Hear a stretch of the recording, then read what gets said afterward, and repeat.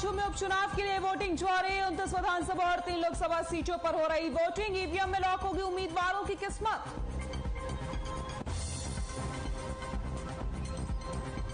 इलाहाबाद उपचुनाव के लिए वोटिंग जारी। वोटिंग के लिए बनाए गए 211 बूथ। सभी बूथों पर सुरक्षा के पुख्ता इंतजाम।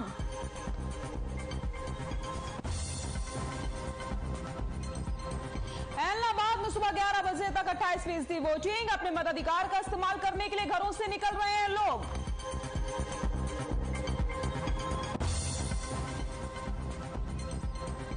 इलाहाबाद में वोटिंग के बीच सलासार मंदिर पहुंचे बीजेपी जेजेपी उम्मीदवार गोविंद कांडा ने टेका माथा, अपनी जीत का भरा दम।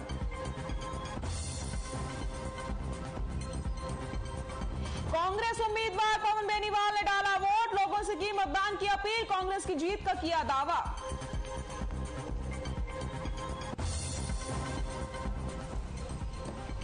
और भवानीखेड़ा में 4 दिन में लगातार दूसरी बार टूटी माइनर टूटने से किसानों को हुआ भारी नुकसान। किसानों की 80 एकड़ फसल हुई जलमग्न।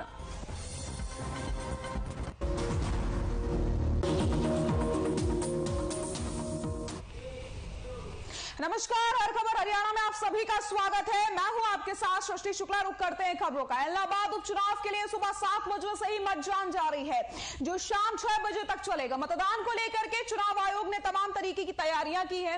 यही नहीं, सुरक्षा के मद्देनजर अर्धसैनिक बलों की टुकड़ी की तैनाती भी की गई है और पूरे इलाके में नाकेबंदी कर दी गई है। इसके अलावा पुलिस ने पेट्रोलिंग टीम भी बनाई है। वहीं इलाहाबाद उपचुनाव के लिए कुल 211 बूथ बनाए गए हैं, जिसमें से 121 बूथ अति संवेदनशील और संवेदनशील की श्रेणी में रखे गए। आपको बताते चले, इलाहाबाद विधानसभा सीट पर 1,85,000 से ज्यादा मतदाता हैं, जिसमें से 98,000 से ज्यादा पुरुष जबकि 86,000 महिलाएं हैं। आपको यह भी बता दें कि इलाहाबाद विधानसभा सीट पर इनेलो के अभय सिंह चौटाला, बीजेपी की गोविंद कांडा और कांग्रेस के पवन बेनीवाल समेत 19 प्रत्याशी मैदान में हैं।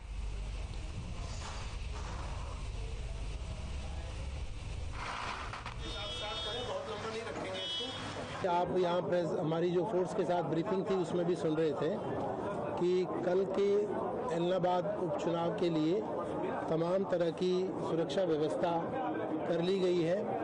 जो सभी बूथ हैं उन पर पर्याप्त संख्या में ड्यूटीज लगाई गई हैं। जिन बूथों को संवेदनशील और अति संवेदनशील वल्नरेबल आइडेंटिफाई किया है, चिन्हित किया है, उन पर अलग से एक्स्ट्रा ड्यूटीज लगाई हैं, जिनमें पैरामिलिट्री की हमारी जो सेक्शंस हैं और प्लाटून्स हैं वो भी शामिल हैं।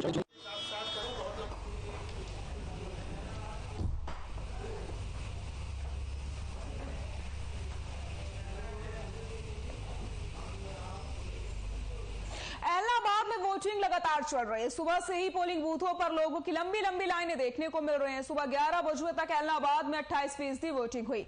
अभी वोटिंग शुरू हुए ज्यादा समय नहीं हुआ है। उम्मीद करते हैं जैसे जैसे दिन छोड़ेगा पोलिंग बूथों पर मतदाताओं की संख्या में इजाफा हो जाएगा।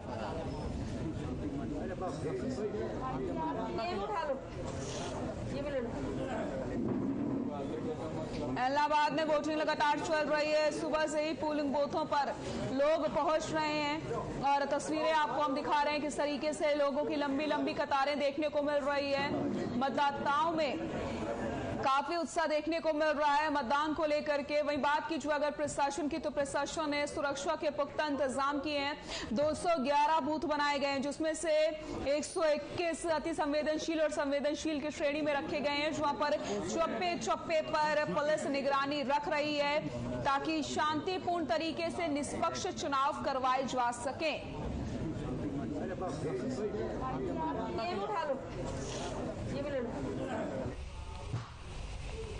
वहीं इलाहाबाद सीट से बीजेपी जेजेपी के उम्मीदवार गोविंद कांडा अपने परिवार के साथ सलासार मंदिर पहुंचे, जहां उन्होंने माथा टेका और अपनी जीत के लिए दुआ मांगी। इस दौरान गोविंद कांडा ने अपनी जीत का दावा भी किया। आपको बताते चले, इलाहाबाद सीट से इनेलो के अभय सिंह चौटाला, बीजेपी के गोविंद कांडा और कांग्रेस के पवन बेनीवाल समेत 19 प्रत्याशी मैदान में हैं।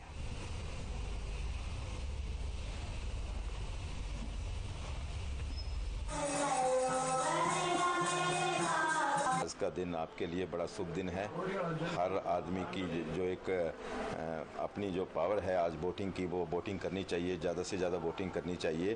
और जो आने वाला रुझान है वो सरकार के हक में आए, सरकार के साझे हों कि जो इलाहाबाद का जो विकास रुका हुआ है, विकास की गंगा बहे, इलाहाबाद में एक विकास हो।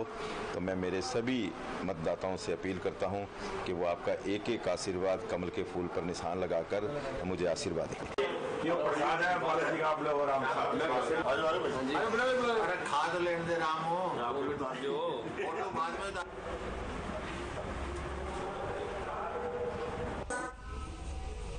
इलाहाबाद उपचुनाव के लिए जारी वोटिंग के लिए कई बूथों पर लोगों की लंबी लंबी लाइनें देखने को मिल रही हैं। इस बीच कांग्रेस के उम्मीदवार पवन बेनीवाल ने भी अपना वोट डाला। वोट डालने के बाद पवन बेनीवाल ने कहा कि लोगों में वोटिंग को लेकर काफी उत्साह देखने को मिल रहा है, लोग घर से निकलकर वोट करने पहुंच रहे हैं। वहीं पवन बेनीवाल ने कहा कि फाइट टफ है लेकिन कांग्रेस का प्रदर्शन अच्छा रहेगा।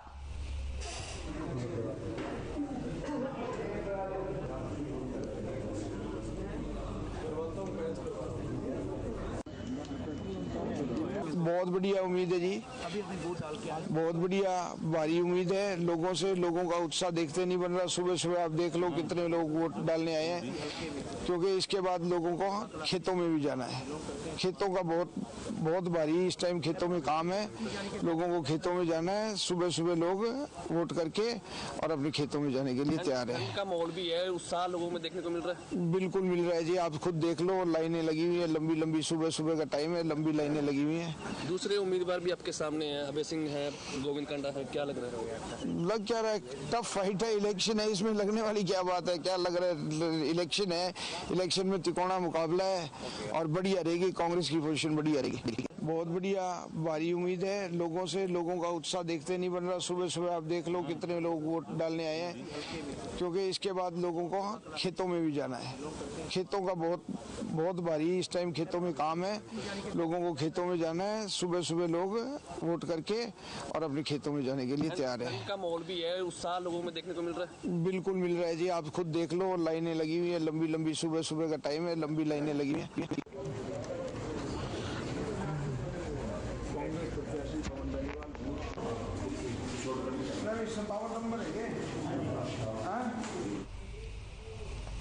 जिला निर्वाचन अधिकारी अनीश यादव सुबह मतदान केंद्रों का निरीक्षण करने पहुंचते हैं। इस दौरान उन्होंने इलाहाबाद हल्के की जनता से ज्यादा संख्या में वोट डालने की अपील की। साथ ही साथ कहा कि ये उपचुनाव पूरी पारदर्शिता से संपन्न करवाए जाएंगे। निर्वाचन अधिकारी अनीश यादव ने जानकारी दी कि इस उपचुनाव के लिए 211 बूथ स्टेशन बनाए गए हैं। सभी बूथों पर स्टेशनों पर सुरक्षा के पुख्ता इंतजाम किए गए हैं। 347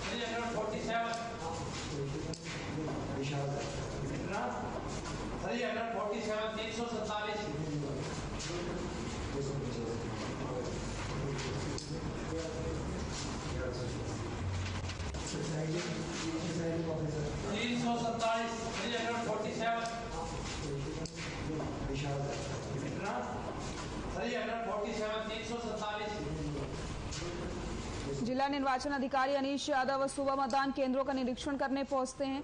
तस्वीरें आप साफ तौर पर देख सकते हैं। इस दौरान उन्होंने इलाहाबाद हल्के की जनता से ज्यादा वोट डालने की अपील भी की है। साथ ही साथ आपको बताते चलें, लोगों में काफी उत्साह देखने को मिल रहा है बूथों पर और लोग घरों से निकल करके मतदान करने के लिए पहुंच रहे हैं। वहीं आपको बताते चलें, सुबह 11 बजे तक 28% वोटिंग हुई है, जिसमें से 211 बूथ बनाए गए हैं और हर बूथ पर सुरक्षा के पुख्ता इंतजाम किए गए हैं। शांतिपूर्ण और पारदर्शिता के साथ चुनाव संपन्न कराया जाए, इसके लिए प्रशासन पूरी तरीके से मुस्तैद नजर आ रहा है।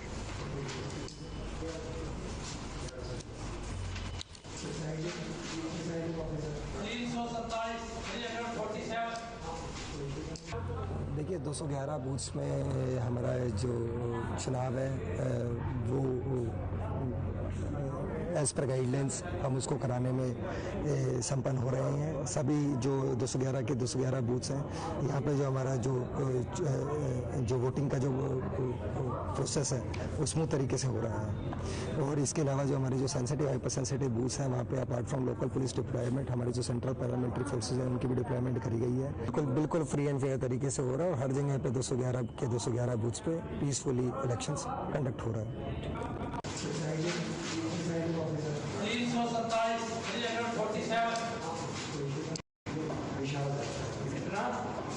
347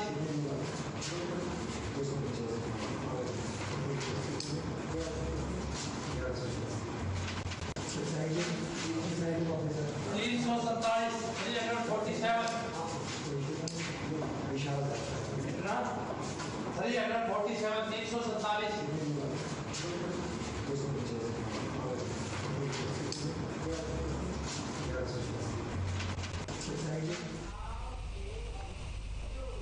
सरकारी तेल कंपनियों ने आज भी पेट्रोल डीजल के दाम में इजाफा किया है। राजधानी दिल्ली में पेट्रोल 35 पैसे प्रति लीटर महंगा हुआ है।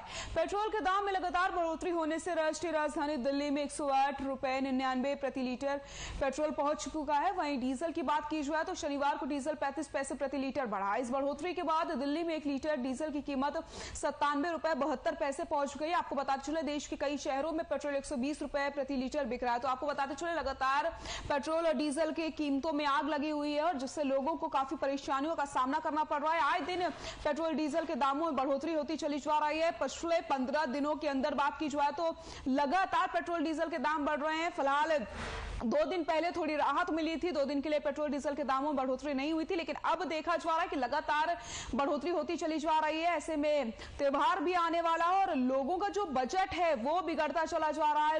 महंगाई ने लोगों की कमर तोड़ करके रख दी है। जब आम जनता से बात की जाती है तो उनका भी साफ तौर पर यही कहना है कि बढ़ती हुई महंगाई से वो बेहद परेशान हो चुके हैं और रोजमर्रा की जिंदगी में जो पेट्रोल और डीजल है वो काफी ज्यादा जरूरी चीज है जिससे उन्हें भरवाना ही पड़ता है, लेकिन अब उन्हें काफी परेशानियों का सामना करना पड़ रहा है। फिलहाल आपको यह भी बताते चले कि अभी आने वाले समय में कोई राहत मिलने की उम्मीद नजर नहीं आ रही है। आने वाले समय में पेट्रोल डीजल के दामों में और ज्यादा बढ़ोतरी हो सकती है।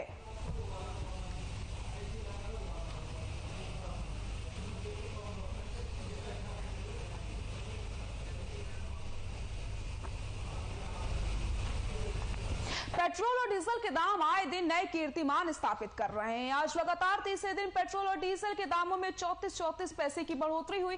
पेट्रोल के साथ साथ डीजल की भी कई राज्यों में शतक के पार पहुंच चुका है। हरियाणा में पेट्रोल के दाम 104 रुपए 51 पैसे पहुंच गया, जबकि 97 रुपए 45 पैसे डीजल पहुंच गया। चंडीगढ़ में हमारे संवाददाता रवि चंदेल ने महंगाई पर लोगों से बातचीत की है, आपको दिखा देते हैं।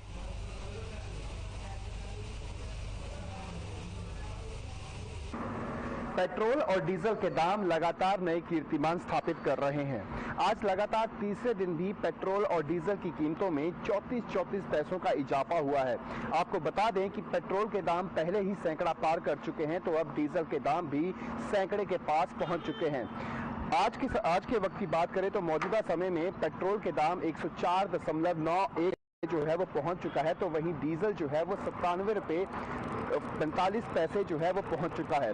इस समय मौजूद हैं चंडीगढ़ के सेक्टर 4 के भारत पेट्रोलियम पेट्रोल पंप पर। आप मेरे पीछे की तस्वीरें देख सकते हैं कि यहाँ पे भले ही डीजल और पेट्रोल की कीमतों में लगातार इजाफा हो रहा है, लेकिन लोगों की ज़रूरत के हिसाब से लोगों को फिर भी डीजल और पेट्रोल जो है वो लगातार भरवाना पड़ रहा है और काफ़ी दिक्कतों का सामना भी करना पड़ रहा है।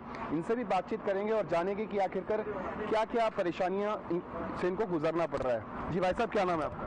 मेरा नाम है इद्रिस खान। आज लगातार तीसरे दिन जो है पेट्रोल और डीजल के जो दाम है वो 34 पैसे बढ़े हुए हैं। पेट्रोल जो है पहले ही सैकड़ा पार कर चुका है, तो अब डीजल भी सैकड़े के नज़दीक पहुंच चुका है। क्या कहेंगे इस बार?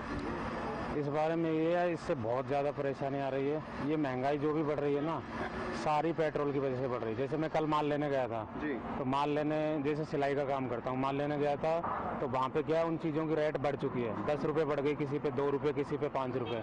तो वो क्या है, वहाँ से आगे से माल मंगवा रहे हैं तो ट्रांसपोर्ट में पेट्रोल से आ रहा है, तो वो अपनी रेट बढ़ा रहे हैं, तो वो उधर से रेट बढ़ा दी।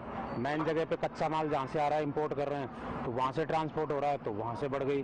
फिर हमने ले जाके नीचे बेच रहे हैं, तो हमसे जैसे मिडिल क्लास के लोग, झुग्गी झोपड़ियों के लोग खरीद रहे हैं, तो हम भी बढ़ा के बेचेंगे। तो उन लोगों पर मतलब इसकी जो मार है ना पूरी, वो झोपड़ी तक जा चुकी है।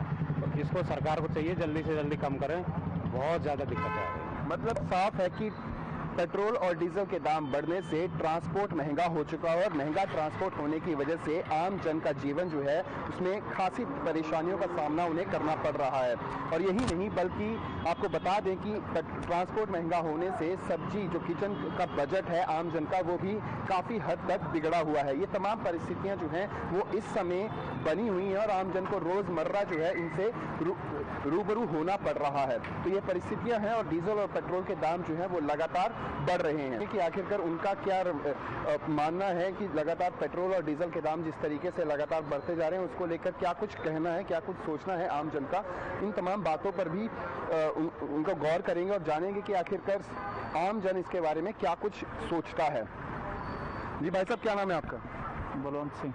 ये बताएं कि पेट्रोल और डीजल के दाम लगातार बढ़ते जा रहे हैं, कितनी दिक्कतें आ रही हैं? दिक्कतें तो बहुत आ रही हैं। मोदी ने ना सारा कुछ खत्म कर दिता, देश खत्म कर दिता उन्हें।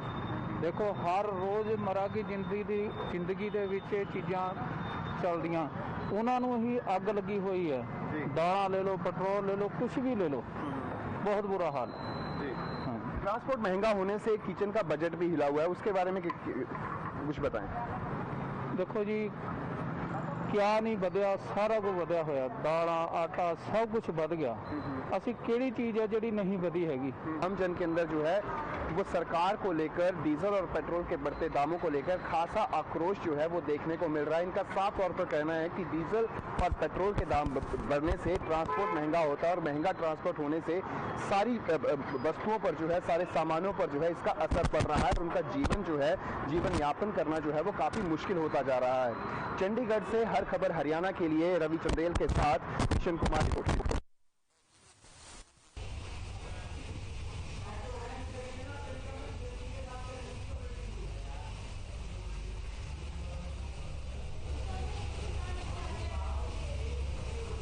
यहाँ रुकते हैं छोटे से ब्रेक के लिए, जल्द हाजिर होते हैं।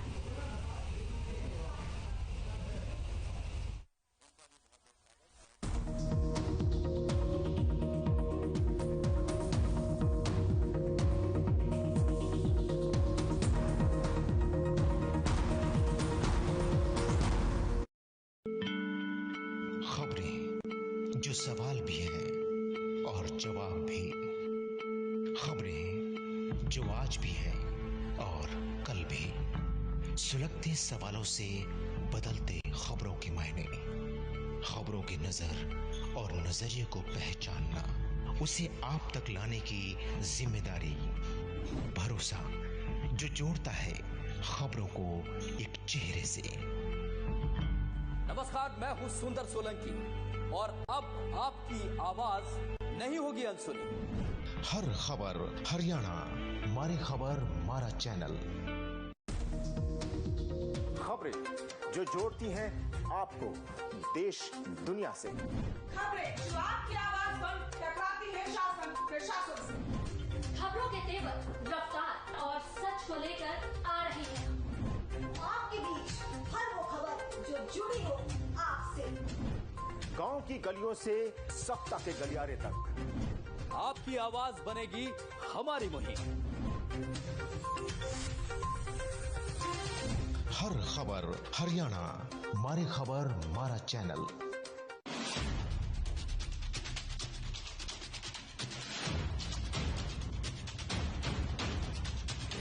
अंधेरे में भी दिखेगी खबरों की रोशनी, क्योंकि मकसद है हर खबर को आप तक पहुंचाना।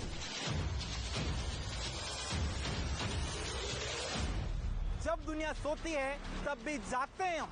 हरियाणा की छोटी बड़ी खबर आप तक पहुंचाते हैं, क्योंकि हम हैं हर खबर। क्या दिन क्या रात, हर खबर को आप तक लाने की जिद है।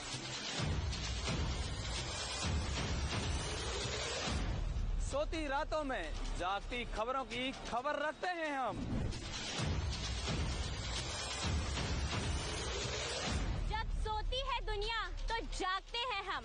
आपके लिए खबरें खंगालते हैं हम, क्योंकि हम समझते हैं हर खबर है जरूरी। रात के सन्नाटे को चीरती अब खबरें देंगी आपके जहन में दस्तक। देखिए रात का रिपोर्टर, सिर्फ हर खबर हरियाणा पर। खबरें जो सवाल भी है और जवाब भी। खबरें जो आज भी है और कल भी, सुलगते सवालों से बदलते खबरों के मायने, खबरों की नजर और नजरिए को पहचानना, उसे आप तक लाने की जिम्मेदारी, भरोसा जो जोड़ता है खबरों को एक चेहरे से। नमस्कार, मैं हूं सुंदर सोलंकी और अब आपकी आवाज नहीं होगी अनसुनी। हर खबर हरियाणा, मारी खबर मारा चैनल। खबरें जो जोड़ती हैं आपको देश दुनिया से। खबरें जो आपकी आवाज पर टकराती है शासन प्रशासन से। खबरों के तेवर, रफ्तार और सच को लेकर आ रही है आपके बीच हर वो खबर जो जुड़ी हो आपसे। गांव की गलियों से सत्ता के गलियारे तक आपकी आवाज बनेगी हमारी मुहिम। हर खबर हरियाणा, मारी खबर मारा।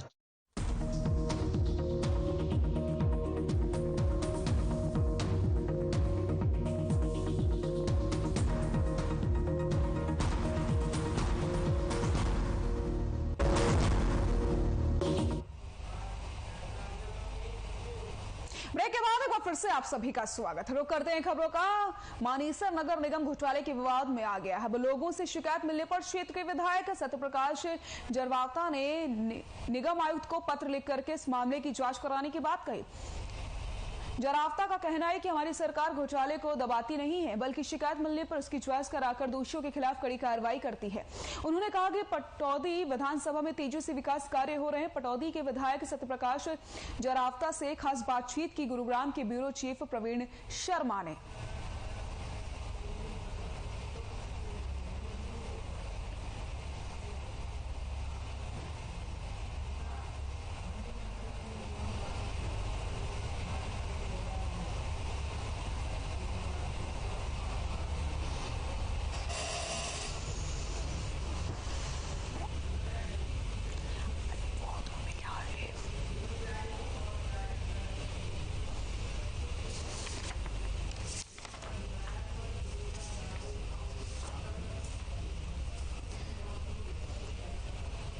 मानेसर नगर निगम घोटाले के विवाद में आ गया है। लोगों से शिकायत मिलने पर क्षेत्र के विधायक सत्यप्रकाश जरावता ने निगम आयुक्त को पत्र लिखकर इस मामले की जांच करने के आदेश दिए हैं। जरावता का कहना है कि हमारी सरकार घोटाले को दबाती नहीं है, बल्कि शिकायत मिलने पर इसकी जांच करवा करके दोषियों के खिलाफ कार्रवाई करती है।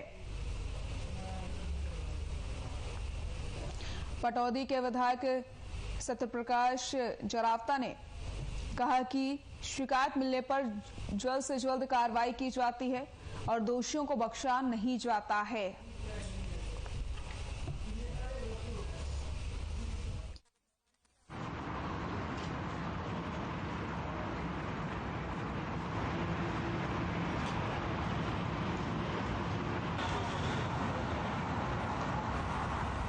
तो वहीं सीएम को भी मामले से अवगत करवाया गया है।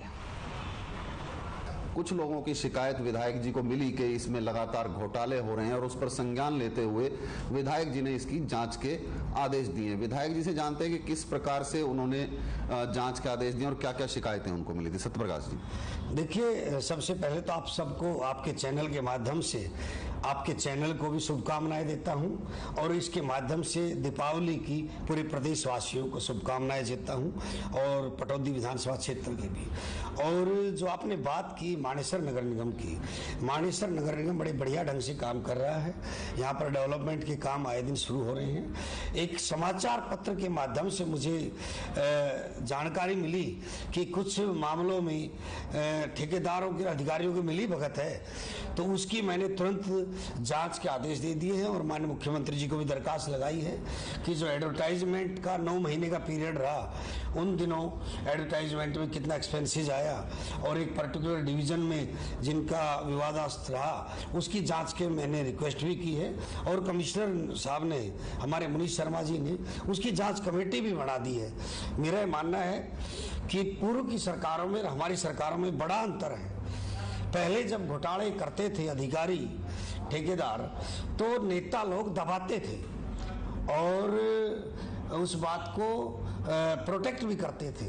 हमारी सरकार में हमारे मुख्यमंत्री हो चाहे हम लोग हो, कहीं भी हमें शिकायत मिलती है उस पर तुरंत संज्ञान लेके कार्रवाई की मांग करते हैं, कार्रवाई करते भी हैं और उसकी निष्पक्ष जांच भी कराते हैं।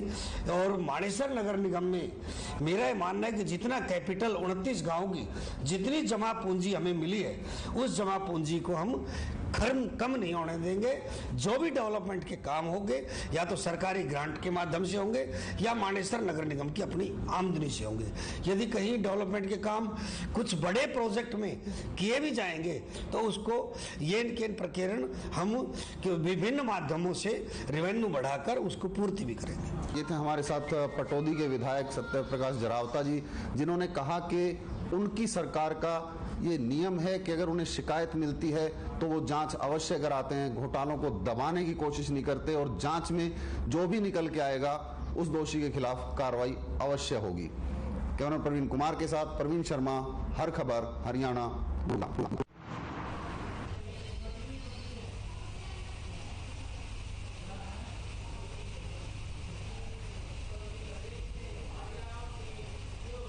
और इसी बीच में आपको एक बड़ी खबर बता देते हैं, टिकरी बॉर्डर का आधा रास्ता खोलने की मंजूरी मिल गई है। बड़ी खबर आपको हम बता रहे हैं, टिकरी बॉर्डर पर आधा रास्ता खोलने की मंजूरी, केवल मोटरसाइकिल और एम्बुलेंस को रास्ता दिया जाएगा। किसानों की बैठक में यह फैसला लिया गया है और टिकरी बॉर्डर की तस्वीरें भी आपको हम दिखा रहे हैं, जहां पर आप देख सकते हैं भारी पुलिस बल मौके पर मौजूद है। रास्ता खोलने का पूरा प्रयास किया जा रहा है। किसानों की बैठक में यह फैसला लिया गया है। एसएमके की बैठक के बाद गाड़ियों पर फैसला हो सकता है। सुबह 7 बजे से शाम 8 बजे तक टिकरी बॉर्डर का रास्ता खोला जाएगा।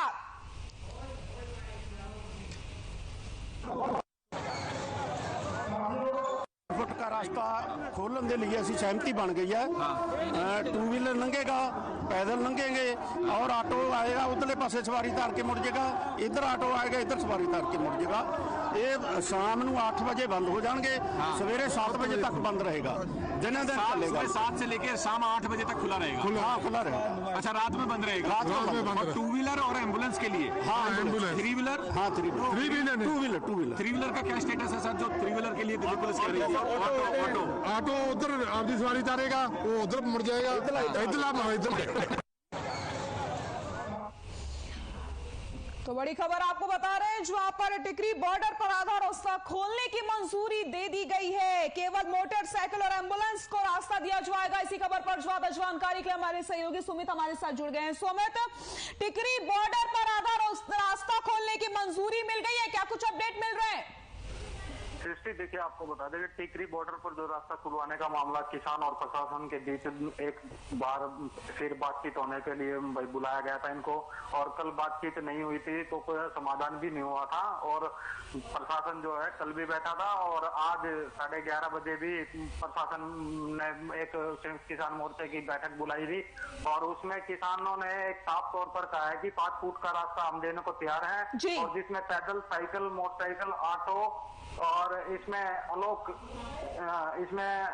जो भारी वाहन है वो आने जाने के लिए साफ मना कर दिया है। और आपको इसमें साफ तौर पर बता दें कि जो दिल्ली में जो किसान है उन बैठे हैं, उन्होंने भी बोल दिया है कि भी 1 घंटे बाद जो है 1 घंटे के लिए 7 बजे से लेके करीब 7 बजे से लेके और शाम 8 बजे तक टिकरी बॉर्डर खोलने का आश्वासन दिया है। और गाड़ियों के आवागमन पर जो है प्रतिबंध रहेगा और मोटरसाइकिल और एम्बुलेंस को भी आने जाने दिया जाएगा, और जो पैदल आने जाने वाले हैं उनको भी आने दिया जाएगा।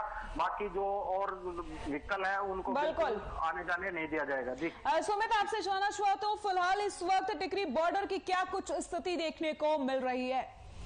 देखिए सृष्टि, आपको बता दें कि जो किसान मोर्चे की जो बैठक हुई है उसमें साफ तौर पर बता दिया है हम रास्ता देने के लिए बिल्कुल तैयार है। 5 फीट का रास्ता उन्होंने दिया है, जो भारी वाहनों के लिए बिल्कुल प्रतिबंध रहेगा। और वहाँ पे पुलिस प्रशासन भी मौजूद है, भारी पुलिस बल भी मौजूद है और रास्ता खुलवाने के लिए पुलिस बल भी वहाँ पर लगा हुआ है। कोई अप्रिय घटना न घटे, दोनों तरफ फिलहाल जो है सहमति हुई है। किसानों ने भी माना है, पुलिस का भी सहयोग किया है और पुलिस प्रशासन ने भी किसानों को भी एक सहयोग किया है। बाकी देखते हैं आगे क्या रहता है, धीरे धीरे पुलिस प्रशासन भी खुलवाने को लेकर, आज 5 फीट का रास्ता है तो कल 10 फीट और बढ़ने की उम्मीद जो है पुलिस किसानों की तरफ से लगाई जा रही है और प्रशासन भी इसमें सहयोग कर रहा है। जी सृष्टि, बहुत बहुत शुक्रिया सुमित, तमाम जानकारी के लिए आपका। तो बड़ी खबर आपको बता रहे हैं, टिकरी बॉर्डर पर आधा रास्ता खोलने की मंजूरी मिल गई है। केवल मोटरसाइकिल और एम्बुलेंस को रास्ता दिया जाएगा।